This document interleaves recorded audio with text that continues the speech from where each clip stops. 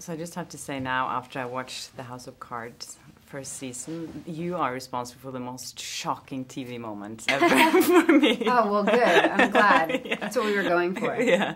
So how has your life changed since then? What do people say to you when they come up to you in the street now?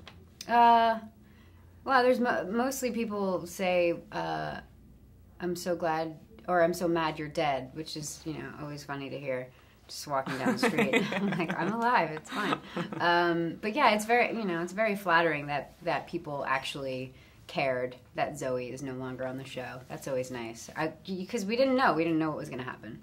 You didn't know either. I mean, well, I knew that this was going to happen in season 2. I've known for a really long time, but we didn't know what we didn't know what people were going to say and if it was going to affect them, you know, as sort of deeply as it did, which is nice. Yeah. Your friends crossed the line.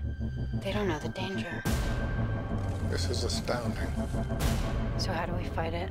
You can't. So in this movie, you're also playing a woman that fights for what she believes is justice, and she's very ballsy. Are you anything like that yourself? I would say I'm ballsy, for sure. But yeah, I don't know that I'm as quite as crazy as Bree is in this film. But yeah, of course, if I believe strongly in something, I definitely stand by it, just like Zoe does in House of Cards and Bree does in Transcendence. Are you a very tech-savvy person yourself? You know, I can get by pretty well, but I'm not. No, I'm not very good at figuring things out on my own. You know, anything that has to do with computers, I generally like find a friend to sort of like show me how to do it. But you know, I definitely rely on. I've got my phone like right next to me, which is a little embarrassing. Like, if you don't have it, it feels like something's missing. Which I wish I wasn't that way. It does, right? Yeah. Are you on Twitter? Are you active on social media like that? Yeah, the only social media I am a part of is Twitter. I don't think I could handle anymore. It's just like it takes up so much time just reading your Twitter feed. If you don't check it a few times, it's like it gets overwhelming. So the thought of being involved in any other social media is just too much for me.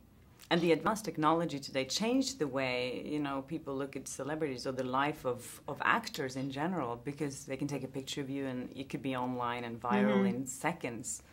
Does that scare you a little bit? Yeah, I mean, that's a little insane. But, you know, you can't, there are things you just can't control. And I think that, you know, I'm lucky. I'm not, I don't really experience that kind of thing every day. I sort of go unnoticed, which is lovely. So maybe if I was, you know, Johnny Depp, I would feel differently about it. But I think that you just sort of have to try not to let it sort of control you. And you've been a part of the evolution of technology in a way too, being in a Netflix series, which is kind of a new. It's the first time they put a whole series out on Netflix. Yeah, yeah, no, it's really kind of incredible and hard to wrap your head around that, being a part of something so new and luckily so successful that it seems like other shows are sort of you know, jumping on that bandwagon of releasing everything at once. And yeah, it's a very special thing to be a part of that. I'm scared of the subway now. I always think about it when I'm waiting for the subway. I'm like, what if someone? So do I. Yeah. Just stand back. Yeah, I will. Great. Nice to meet you too. Perhaps the entire world. Where are you going?